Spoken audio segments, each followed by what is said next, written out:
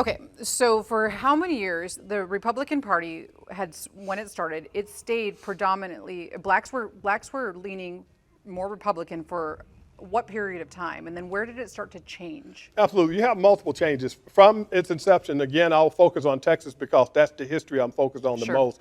I will give you a broad perspective. From a broad perspective, as I mentioned, for the entire nation, you have 1854 Republican Party starting in Wisconsin, so that covers the nation. So blacks were immediately a part of the Republican Party from that perspective. When it comes down to voting rights and things of that nature, it was all the Republican Party really pushing the agenda for the blacks as they were gaining their freedom and ability to vote. As we look at Texas, we have the 1860s moving forward. There was an abandonment of sorts during this time, again, and mainly because of a power struggle. It wasn't anything necessarily that blacks did, but the conservatives realized that they wanted power that they could not get from the radical Republicans. And the only way to get it, they had to attract a new voter base because radicals had the voting base of the blacks at this time. Okay.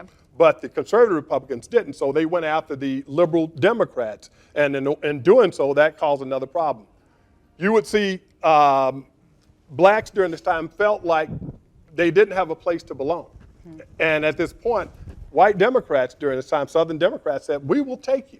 They had things in 1800s such as barbecue dinners just to attract blacks. And they did all they can to attract black voters because they knew if we can get this voting block, we can begin to regain the power we once had. Over time, it did work. When we fast forward to the 1930s, this was another instrumental time period.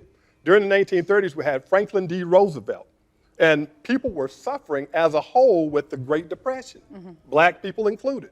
And during this time, blacks were still leaning towards Republican voting. However, with FDR, he simply said, hey, I'm going to provide you things. This is when we ended up with the Social Security Act that came about. You ended up with different things for people that were unemployed. And blacks said, we have nothing to lose, but if we go towards the Democrats and FDR, at least we'll get something. They were unfairly treated and didn't get much as people that were not black, but this would begin to sway them. You fast forward another 34 years to 1964, and so by the time we get to 64, we have the Civil Rights Act. And so this is going to be probably 1964, 1968, 1984, 1988. These are going to be pivotal years. And mainly, this is the reason why. So to answer that question more specifically, 64, Civil Rights Act. You have a person by the name of Lyndon B. Johnson, LBJ. LBJ is now signing the Civil Rights Act of 1964.